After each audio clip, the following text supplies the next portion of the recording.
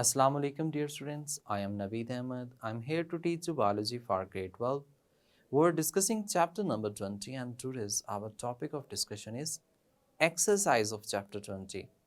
अब देखिए एक्सरसाइज में जो भी कुछ है फिल इन द ब्लैंक्स हैं, ट्रू फॉल्स हैं या फिर इसमें एमसीक्यूज हैं, शॉर्ट क्वेश्चंस, इन तमाम को हम डिस्कस करेंगे। तो अंडरस्टैंड करने के लिए चलते हैं लाइट बोर्ड की तरफ।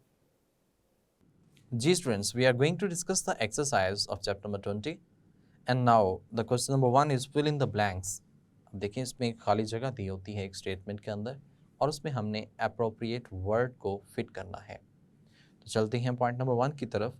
Particular transfer RNA molecules become attached to specific amino acids through the actions of activating enzymes called. अब इसमें बताना ये है कि ट्रांसफर आरएनए जो होते हैं इसके साथ अमीनो एसिड अटैच होता है और उसके लिए एक एंजाइम रिक्वायर्ड होता है। उस एंजाइम का नाम क्या है? That enzyme is known as amino acyl transfer RNA synthetase. ये एंजाइम क्या करता है? अमीनो एसिड्स को ट्रांसफर आरएनए के साथ अटैच करता है। सो इसलिए हम इसका नाम देते हैं amino acyl transfer RNA synthetase. Question number 2 है, dash is the transfer of genetic material from one cell to another cell and can alter the genetic makeup of the recipient cells. The process is known as transformation. यानी कि transformation एक ऐसा process है जिसमें एक cell से, या हम ऐसे कह सकते हैं, genetic material from one cell to another cell enter होता है and this is known as transformation. इसको हमने ट्रांसफॉर्मेशन के नाम से मेंशन किया है। क्वेश्चन नंबर 3 है, in a bacteria a subunit of RNA polymerase called, यानी कि बैक्टीरिया के अंदर RNA polymerase का एक सब यूनिट होता है, उसे हम क्या नाम देते हैं? Dash recognize -10 sequence in the promoter and binds RNA polymerase there। वो -10 सीक्वेंस को आइडेंटिफाई करता है और RNA polymerase को वहाँ पे बाइंड करवाता है। तो स्टूडेंट आप ये बात जानते हैं, RNA polymerase जो है इसके दो पार्ट्स होते हैं, एक मेन कोर एंजाइम होता है और एक सिग्मा फैक्टर होता है। सिग्मा फैक्टर जो है ये प्रमोटर रीजन को आइडेंटिफाई करता है और फिर कोर एंजाइम को वहाँ पे बाइंड करवाता है। तो इसका डैश पे जो आंसर आएगा वो आरएनए पॉलीमरेज सिग्मा फैक्टर, इसका करेक्ट ऑप्शन या उस खाली जगह पे आ सकता है। क्वेश्चन नंबर 4 है, a typical human chromosomes contain about dash nucleotides in its DNA. एक ह्यूमन क्रोमोसोम है, उसके अंदर एक टिपिकल ह्यूमन क्रोमोसोम है, उसके अंदर कितने न्यूक्लियोटाइड्स होते हैं? तो आपकी बुक के अंदर है कि 140 मिलियन न्यूक्लियोटाइड्स जो होते हैं वो एक डीएनए के अंदर मौजूद होते हैं। तो 140 मिलियन न्यूक्लियोटाइड्स इसमें करेक्ट ऑप्शन होगा। पॉइंट 5, मिस्टर एक्सट्रैक्टेड अ वाइट सब्सटेंसेस। ये हम जानते हैं फ्रेडरिक मिशर की बात कर रहे हैं जिसने वाइट सब्सटेंस एक्सट्रैक्ट किया from the nuclei of human cells and fish sperms and called this substance is known as nuclein. उसने इस सब्सटेंस को न्यूक्लियन के नाम से मेंशन किया क्योंकि फ्रेडरिक मिशर ने इसको न्यूक्लिक एसिड से डिस्कवर किया था, इसलिए उसका नाम भी क्या रखा गया? न्यूक्लियन इसका नाम रखा गया। क्वेश्चन नंबर 2 है, write whether the statement is true और false and write the correct statement if it is false. यानी कि हमने बताना है कि स्टेटमेंट ट्रू है या फॉल्स है, और अगर तो फॉल्स है तो उसकी करेक्ट स्टेटमेंट यानी ट्रू स्टेटमेंट कौन सी हो सकती है। पॉइंट नंबर 1 है, the strand of DNA that is not transcribed is called the coding strand। बिल्कुल ऐसा तो नहीं है। जो not transcribed होता है उसको हम किस नाम से जानते हैं? antisense strand के नाम से मेंशन करते हैं। यानी कि the strand of DNA का वो strand जो कि transcribed नहीं होता उसको हम antisense strand के नाम से मेंशन करते हैं। तो यहाँ पे ये हम कह सकते हैं कि स्टेटमेंट ये बात ट्रू है। पॉइंट नंबर 2 है, TATAAT sequence called -35 sequence is part of promoter where transcription actually start। तो ये स्टेटमेंट भी गलत है क्योंकि TAAT सीक्वेंस जो होती है ये -10 सीक्वेंस होती है। यानी कि यहाँ पे हम -10 की बात करते हैं तो ये -10 सीक्वेंस है जो प्रोमोटर का पार्ट है जहाँ से ट्रांसक्रिप्शन एक्चुअली स्टार्ट होती है। पॉइंट नंबर 3 है, Rosalind Franklin carried out an X-ray diffraction analysis of DNA. ये बात ट्रू है कि रोजालिन फ्रैंकलिन जो है ये x-ray diffraction analysis of DNA उसने परफॉर्म किया था। क्वेश्चन नंबर 4 है, The base pairs in DNA helix are planar and stack 34 nanometre apart as a result of hydrophobic interactions. तो ये बात ठीक है कि 34 नैनोमीटर तक उनके दरमियान में डिस्टेंस होता है, जो कि एक से दूसरे हम कह सकते हैं न्यूक्लियोटाइड्स बेसिस के दरमियान में डिफरेंसेस मौजूद होते हैं, बेस पेयर्स के दरमियान में डिफरेंसेस मौजूद होते हैं। तो ये स्टेटमेंट ट्रू है। स्टूडेंट्स, क्वेश्चन नंबर 3 है। क्वेश्चन नंबर 3 में ये बताता है कि encircle the correct answer from the multiple choices. Multiple choice यानी कि ऑप्शंस दिए गए हैं, इनमें से आपने करेक्ट आंसर जो है उसको एनसर्कल करना है। क्वेश्चन नंबर 1 है, इसमें messenger RNA is synthesised by, तो ऑप्शंस में है डीएनए पॉलीमरेज, तो आरएनए डीएनए पॉलीमरेज से कभी भी सिंथेसाइज नहीं होता। बीटा ऑप्शन है आरएनए पॉलीमरेज, तो ये बात ठीक है कि आरएनए पॉलीमरेज जो है ये डीएनए से आरएनए बनाने में रिस्पॉन्सिबल होता है। चार्ली ऑप्शन में है आरएनए लाइगेज। आप जानते हैं कि आरएनए लाइगेज जो है ये जो बेसिकली लाइगेज मॉलिक्यूल होता है, ये दोनों मॉलिक्यूल्स को आपस में जोड़ने के लिए यूटिलाइज होता है, यानी न्यूक्लियोटाइड्स को आपस में लिंक करने के लिए यूटिलाइज होता है। नन ऑफ द अबव, तो इसमें करेक्ट ऑप्शन बीटा है, जो कि आरएनए पॉलीमरेज है, जो कि आरएनए बनाने में रिस्पॉन्सिबल होता है। क्वेश्चन नंबर 2 है, which of the following are nonsense codon.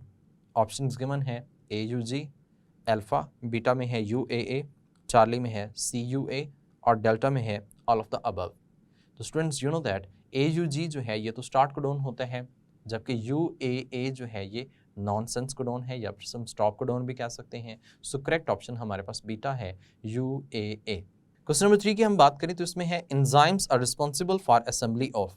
Enzymes किसकी असेंबली करवाने में रिस्पॉन्सिबल होते हैं? ऑप्शंस में है न्यूक्लिक एसिड, प्रोटीन्स और कार्बोहाइड्रेट्स। तो students, enzymes are responsible for assembly of nucleic acids. तो न्यूक्लिक एसिड्स की असेंबली के लिए ये बहुत इंपॉर्टेंट होते हैं, जबकि ऑप्शंस गिवन में A, B, C तीनों जो है वो दिए गए हैं। कार्बोहाइड्रेट्स की असेंबली जो है वो प्रॉपर तरीके से नहीं होती, तो इसमें करेक्ट ऑप्शन जो है वो अल्फा है, न्यूक्लिक एसिड। क्वेश्चन 4 है, in bacteria the newly synthesised messenger RNA is released in, यानी कि जो अभी अभी मैसेंजर आरएनए बनता है बैक्टीरिया के अंदर, वो कहाँ पे रिलीज होता है? जबकि आप जानते हैं बैक्टीरिया में न्यूक्लियस तो होता नहीं है, सो अल्फा ऑप्शन पॉसिबल नहीं है। बीटा साइटोप्लाज्म, जो कि करेक्ट है। चार्ली में है माइटोकॉन्ड्रिया, तो बैक्टीरिया में माइटोकॉन्ड्रिया भी नहीं होता, सो ये बात भी ठीक नहीं है। जबकि delta A, B and C कहा गया है, तो ये बात भी बिल्कुल गलत है। सो ऑप्शन जो करेक्ट होगा वो कौन सा है? साइटोप्लाज्म, जो कि B है। क्वेश्चन नंबर 4 हमारे पास है short questions. Students, you know that short questions में हमने क्या करना है, एक हेडिंग लिखनी है और उसके बाद फिर उसको डिफाइन करना है या एक्सप्लेन करना है। ये 2 नंबर का क्वेश्चन आपके पेपर में आता है। तो पहला क्वेश्चन है, what are 3 major classes of RNA. Student, अब 3 मेजर क्लासेस ऑफ आरएनए, आप बता सकते हैं कि आरएनए होता क्या है, पहले डिफाइन करें और फिर इसकी 3 मेजर टाइप्स जो हैं, जिसमें messenger RNA, transfer RNA, ribosomal RNA, ये बता सकते हैं। इनका फंक्शन भी आप बताएंगे, जैसे कि messenger RNA it carries information for protein synthesis from genes to ribosomes. Gene से राइबोसोम्स तक जो इंफॉर्मेशन को ट्रांसफर कर रहा है उसको हमने मैसेंजर आरएनए के नाम से मेंशन किया। Number 2, transfer RNA it transfer amino acid to ribosomes for protein synthesis, यानी कि साइटोप्लाज्म में डिफरेंट जगह पर अमीनो एसिड्स मौजूद हैं, उनको वहाँ से लेकर जहाँ पर प्रोटीन सिंथेसाइज की जा रही है वहाँ तक ट्रांसपोर्ट करना, ये ट्रांसफर आरएनए का काम है। राइबोसोमल आरएनए की बात करें तो राइबोसोमल आरएनए जो है और राइबोसोमल प्रोटीन्स मिलकर राइबोसोम्स बनाती हैं, और ये राइबोसोम्स जो होते हैं these are responsible for protein synthesis, तो इनका काम ट्रांसलेशन होता है। क्वेश्चन नंबर 2 की तरफ चलते हैं। What is the function of RNA polymerase in transcription. RNA polymerase लिखें हेडिंग में, उसके आंसर में बता सकते हैं, it is involve in the formation of RNA, transfer of genetic message from DNA to RNA according to which protein are synthesised, it forms the transcription bubble. तो student, आप ये बात जानते हैं कि जो आरएनए पॉलीमरेज है ये डीएनए से आरएनए बनवाने में रिस्पॉन्सिबल होता है। चाहे तो हम बात करें मैसेंजर आरएनए की, ट्रांसफर आरएनए की या राइबोसोमल आरएनए की, तो तमाम टाइप्स जो हैं वो ट्रांसक्रिप्शन प्रोसेस से बनती हैं, और ट्रांसक्रिप्शन प्रोसेस जो होता है वो आरएनए पॉलीमरेज की वजह से ही होता है। सो इस तरह से आरएनए पॉलीमरेज जो होता है that is responsible for transcription and that is responsible for the formation of RNA from DNA। तो इसमें इंफॉर्मेशन को ट्रांसफ़र करना, जो भी इंस्ट्रक्शंस होती हैं वो हम RNA के अंदर कॉपी कर रहे होते हैं, और ये ट्रांसक्रिप्शन बबल करवाना, यानी पूरे ट्रांसक्रिप्शन का प्रोसेस जो है वो इसी RNA पॉलीमरेज की वजह से होता है। क्वेश्चन नंबर 3 की बात करें, how did Crick and his colleagues determine that how many nucleotides are used to specify each amino acid? तो स्टूडेंट्स आप बता सकते हैं कि there are 4 nucleotides while 20 amino acids। 4 nucleotides हैं, 20 amino acids हैं। अब 20 अमाइनो एसिड्स को इनकोड करने के लिए अगर हम 1 न्यूक्लियोटाइड कहते हैं तो टोटल 4 अमाइनो एसिड्स को इनकोड कर पाएगा। अगर हम 2-2 की बात करते हैं तो 4 की पावर अगर हम 2 करते हैं तो 16 बनता है, जबकि अमाइनो एसिड्स का नंबर 20 है। सो अभी भी ये पेयरिंग जेनेटिक कोड जो है वो कम है 2-2 की बात करें तो। सेम अगर हम 3-3 की बात करते हैं, यानी कि 3-3 आपस में ज्वाइन होते हैं, तो इस तरह से 4 पावर 3 64 जेनेटिक कोड बन जाते हैं और 20 अमाइनो एसिड्स हैं, and that is enough for 20 amino acids के लिए। अब इसमें उन्होंने उसके बाद फिर एक्सपेरिमेंट भी परफॉर्म किया, यानी कि आर्टिफिशियल उन्होंने मैसेंजर आरएनए बनाया, फिर उसको प्रोटीन्स के अंदर ट्रांसमिट करवाया। ये बात बिल्कुल ठीक थी, और एक्सपेरिमेंट्स के बाद तो ये बात कंफर्म हो गई कि 3-3 का पेयर जो होता है वो एक जेनेटिक कोड कहलाएगा, और ये जेनेटिक कोड जो है वो आगे फिर जो है वो अमाइनो एसिड को इनकोड करने में रिस्पॉन्सिबल होते हैं। तो इनको आप अपनी वर्डिंग्स के अंदर जो है वो लिख सकते हैं। क्वेश्चन नंबर 4 है, व्हाट इज एंटीकोडोन? एंटीकोडोन क्या होता है? स्टूडेंट आप डिफाइन कर सकते हैं, the triplet code present on transfer RNA is called anticodon. It binds with triplet code codon on messenger RNA during translation. Students आप इसमें डायग्राम भी बना सकते हैं ट्रांसफ़र आरएनए की। जब आप ट्रांसफ़र आरएनए की डायग्राम बनाते हैं तो उसमें एक लूप ऐसा है जहाँ पे एंटीकोडोन मेंशन है, तो ये बिल्कुल ऑपोजिट कोडोन, कॉम्प्लीमेंट्री कोडोन होता है किसी भी जेनेटिक कोड का। जैसे कि AUG एक जेनेटिक कोड है विच इज़ इनकोडिंग मैथ्योनिन, इसका एंटीकोडोन इसके बिल्कुल कॉम्प्लीमेंट्री होगा, यानी कि AUG है तो UAC इसका जेनेट एंटीकोडोन जो है वो मौजूद होगा। सो एंटीकोडोन जो है ये ट्रिपलेट कोडोन प्रेजेंट होता है ट्रांसफर आरएनए के ऊपर, and that is complementary to original genetic code which is located in the messenger RNA, and after that they will bind with the messenger RNA during the translation, and these are present upon transfer RNA। we can see in the diagram, हम diagram के अंदर भी इसको observe कर सकते हैं। Students, after that there is a question number 5 which is extensive questions, और extensive questions को हम चैप्टर के अंदर हर टॉपिक वाइज डिटेल में डिस्कस कर चुके हैं कि कौन सा क्वेश्चन इम्पॉर्टेंट है, किस तरह से इम्पॉर्टेंट है, कैसे पूछा जा सकता है, इनको हम तमाम को डिस्कस कर चुके हैं।